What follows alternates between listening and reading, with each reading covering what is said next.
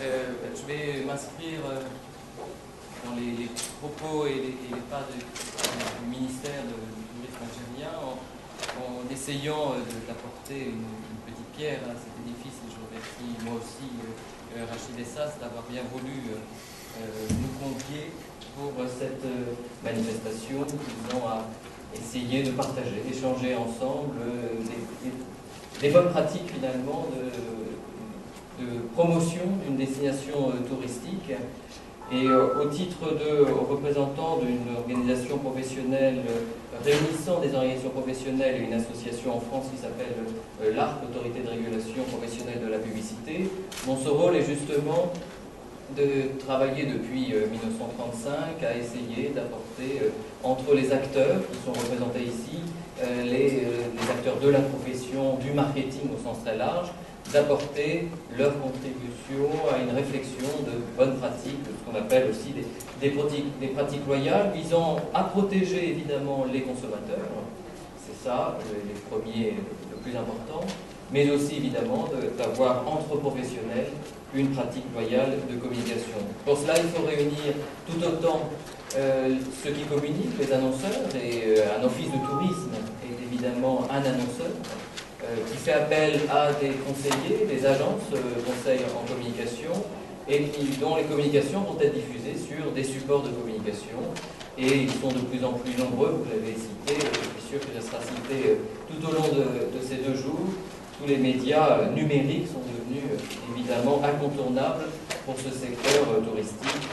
C'est le premier secteur sur Internet depuis les débuts d'Internet, mais pour autant, les autres images imprimées, diffusées audiovisuelles et autres ont aussi un poids extrêmement important.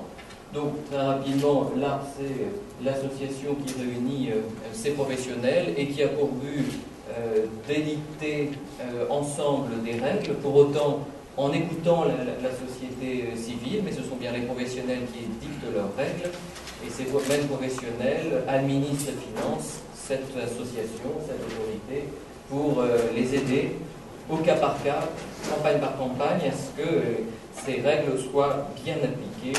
Et c'est évidemment des règles qui évoluent, elles ne sont pas les mêmes année après année. Les thématiques changent, les attentes de la société changent aussi, et puis les pratiques des annonceurs, des agences et des médias changent aussi. Le mot a été cité, donc ça va être, je pense, évidemment le sujet de ces 2 journées, c'est la notion de responsabilité. Cette responsabilité dans le marketing, qu'il soit touristique évidemment comme aujourd'hui, mais toutes les formes de marketing, vaut évidemment doit s'appuyer sur 2 piliers. Un, évidemment, c'est de la publicité, il ne faut pas s'en cacher, la publicité est là pour faire aimer, faire adhérer, faire vendre tout simplement, faire préférer, et c'est le cas notamment, ça a été dit tout à l'heure, faire préférer une destination par rapport à une autre. Donc pour cela, il faut évidemment que les règles de la créativité soient les plus défendues possible, parce que la publicité se doit d'être toujours innovante et créative, mais aussi il faut qu'elle soit responsable, évidemment ne pas aller au cache-couteau et surtout ne pas tromper, et aussi ne pas dénigrer les concurrents.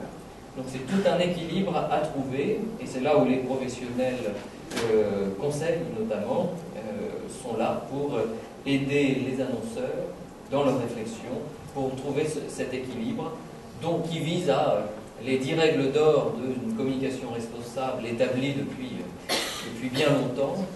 La première de ces règles, c'est qu'on dit que c'est de la pub, on ne se cache pas, c'est l'identification de la publicité. Je l'ai dit, la deuxième, c'est la véracité, on n'induit pas en erreur, on ne trompe pas les consommateurs, notamment sur le 3e point, c'est-à-dire que voilà, certes la publicité c'est une emphase, c'est son rôle, la publicité est partiale, elle n'a pas à tout dire au même moment, mais pour autant, les arguments qu'elle utilise doivent être proportionnels à l'atout qu'elle vend, d'où cette notion d'objectivité, la loyauté, je l'ai dit.